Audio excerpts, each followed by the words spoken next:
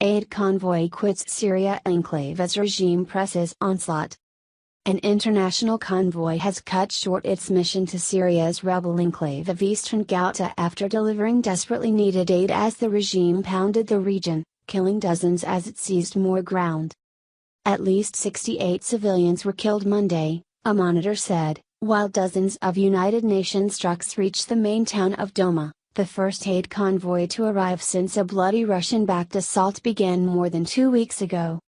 The government blocked medical supplies from the enclave rocked by an ongoing bombardment that has sparked outrage but little action from the West. The 46 aid trucks arrived after fresh airstrikes hit the shrinking rebel-held zone and regime troops rapidly advanced, leaving them in control of 40% of the region. An AFP reporter in Douma said warplanes were flying overhead and explosions could be heard even as the aid was being unloaded. The UN's refugee agency UNHCR said the convoy was in the town of Douma for nearly 9 hours before it cut short its mission. "We delivered as much as we could amidst shelling," UNHCR's Syria representative Sajid Malik tweeted. "Civilians are caught in a tragic situation."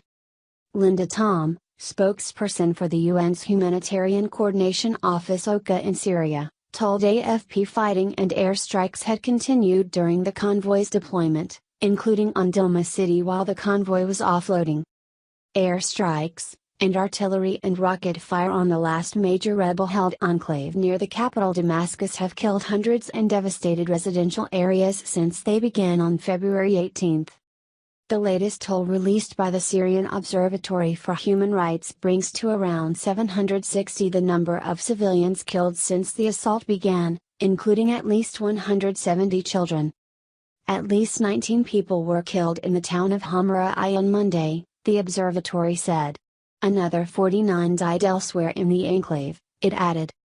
In the town of Kafabatna, 15 civilians were killed and 70 wounded in strikes believed to be Russian, said the Britain-based Monitor, which relies on a network of sources inside Syria. Later it reported 18 people suffered breathing difficulties following a strike by a military aircraft in Hamra without being able to specify the cause of the illnesses.